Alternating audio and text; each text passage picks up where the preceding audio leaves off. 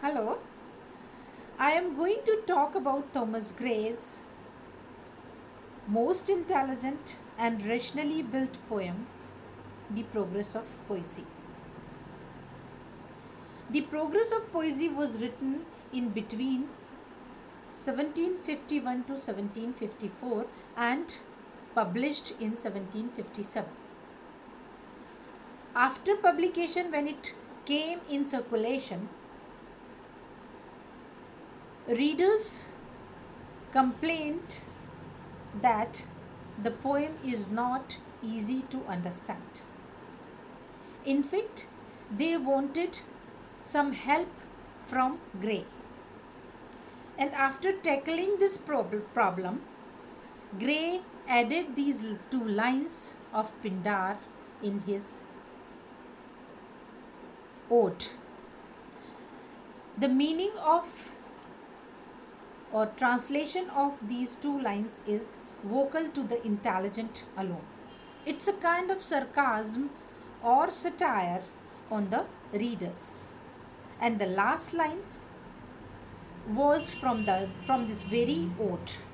What time where lucid Evan strayed has been used by Gray for Shakespeare. As I have already told you that the poem was composed in between 1751 to 1754 and published in 1757. I wish to bring this fact into your notice that this poem was published with The Bard, his another poem.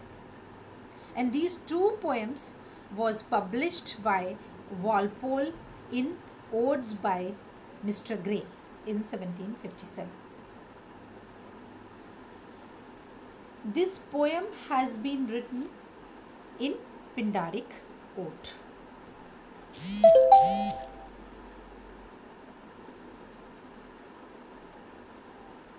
Before talking about the ode, I would like to talk about the title of the poem,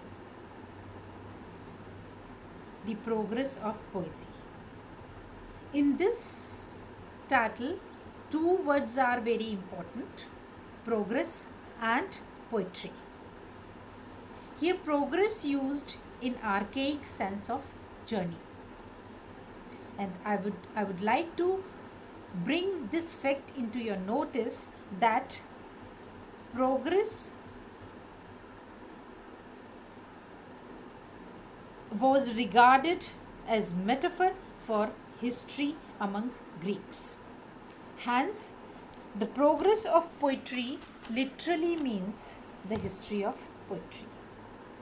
Here, Gray used progress metaphorically and described the history, source and development of poetry. The another word is poesy. Poesy is derived from the Greek word poesis, and poesy is the archaic form of poetry too. So, the title is apt as the ode describes the progression of poetry from Greece to Italy, then to England. Now we will talk about ode, especially Pindaric ode. Pindaric ode was written by Pindar, a great Greek lyric poet who wrote choral odes which were sung to the accompaniment of a dance. He wrote these odes in Dorian and Aeolian dialect. But he prefers the word Aeolian, and that is why he called it Aeolian lyre. Gray constructed this poem in imitation of the great master Pindar. Hence, he called it Pindaric Ode. It is a poem of triads. If we talk about the progress of poesy, then we can say that the progress of poesy is a poem of 3 triad. Otherwise, ode is written in triad of 40 lines. Each triad consists of 3 stanzas, as you are looking at the slide: strophe, antistrophe, and epode. Strophe means turn, antistrophe in anti-turn, and epode is stand. I have given the words turn, anti-turn and stand because the ode was sung in accompaniment of dance. So every stanza is constructed according to the steps of dance. On the stage, the chorus start his dance from the one end of the stage to the another end of the stage. It is called strophe. And from another corner of the stage to the first corner of the stage, that is anti-turn or antistrophe, and then the chorus comes in the center of the stage and stand and talks to the audience. Each stanza corresponding to the dance movement. Dance movement because this ode is supposed to sung in accompaniment to accompany dance, or we can say that supposed to accompany a Pindaric ode or choral ode in dance.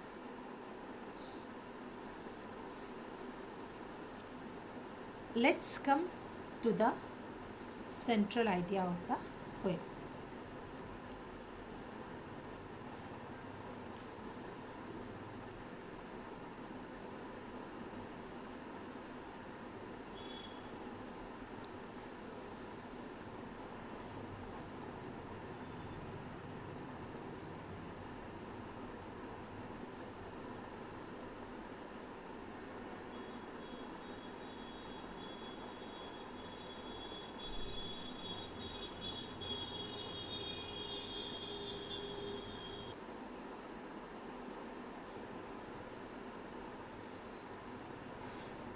Now let's talk about the central idea of the poem.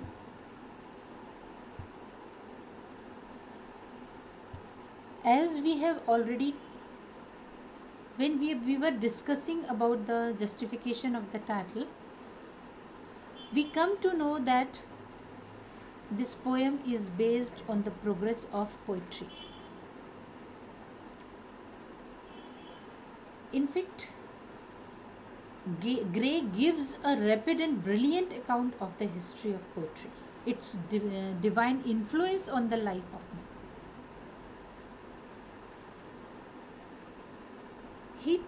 He presents that poetry is powerful, as evidenced by its presence in human communities across time and geography. And most important is that English poets owe a debt to the ancient Greeks and Romans.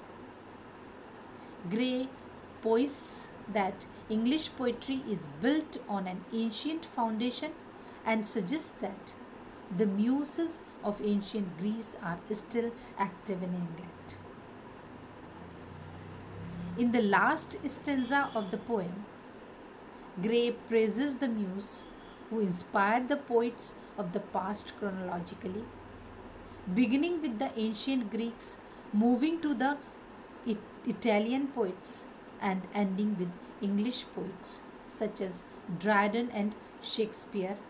Gray attempts to describe poesy as a single heritage inspired by universal human emotions.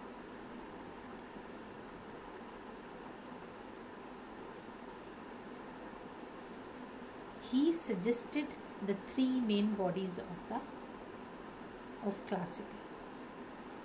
And in the last stanza, he talked about himself.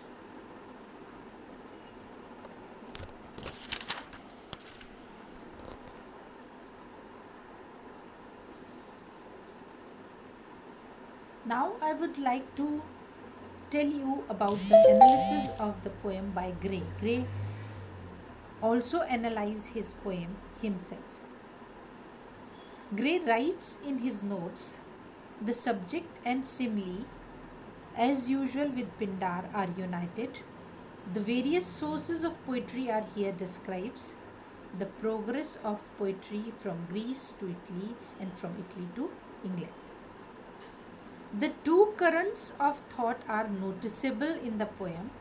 The first is influence of poetry on mind and body, and second is the origin and progress of poetry from Greece to Italy and thence to England.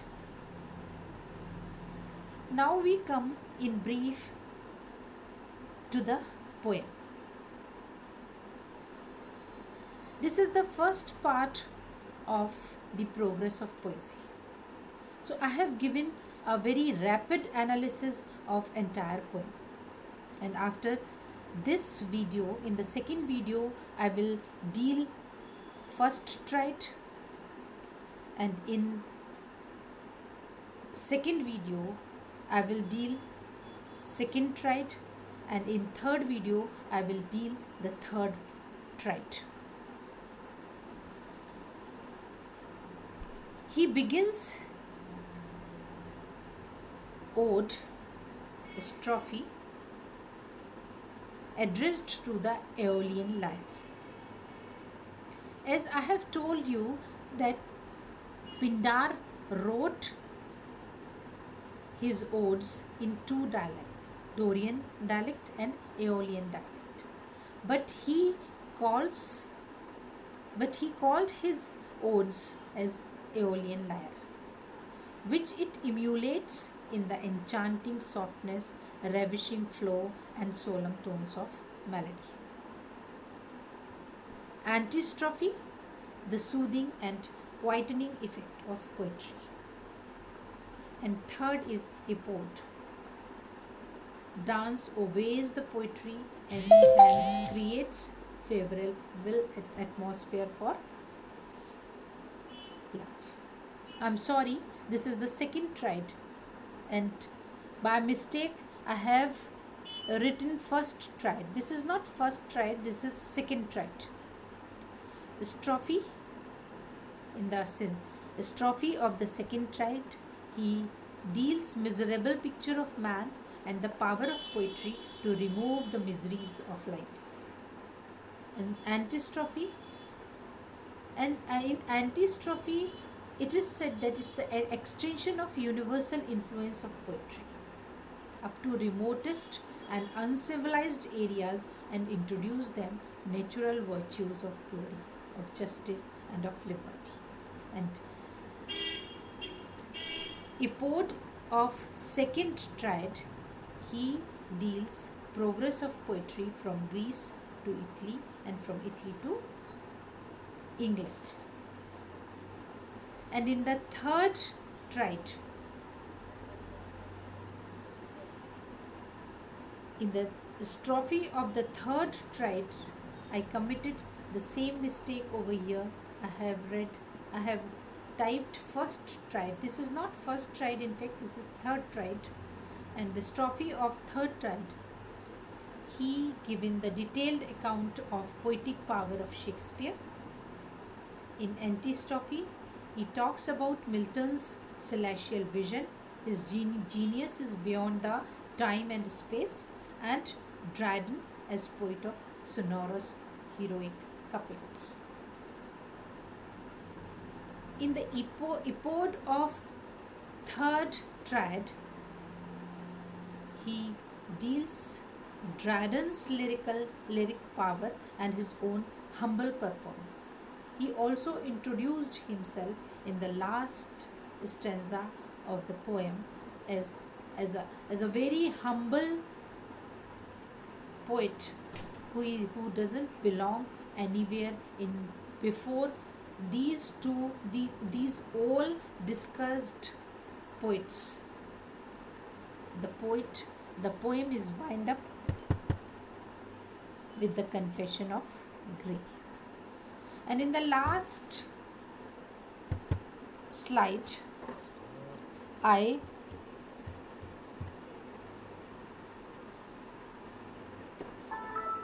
tried to throw light on some qualities of the poem.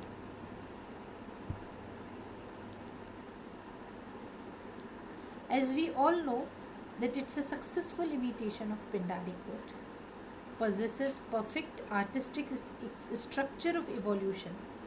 The mode in which the poem is built up, architectonic skill makes it a brilliant example of the Pindari quote. Entanglement of metaphor. Prefixed motto to this ode is vocal to the intelligent alone. Means only intelligent person can gather the idea of the poem.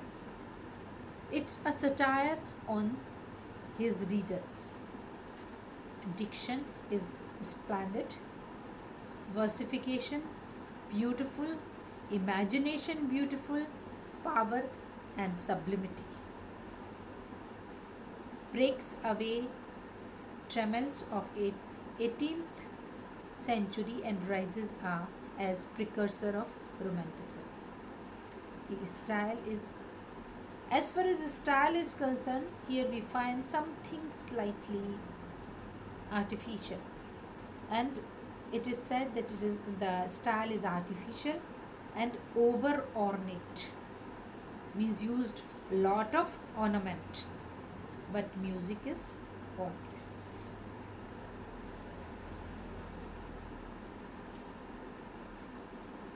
I convey my thanks with these two comments. First is by Olive Ilton. He says Gray in fact had more or less taught the age to admire, if not to understand, the long odes. I again read it. Gray in fact had more or less taught the age to admire, if not to understand, the long odes. And second one is not known. The person is not known who says these lines. I read, the progress of poesy contains the first flash of poetic vision by any English poet upon the origin of song, and was thus a prophecy of studies to come. Thank you very much.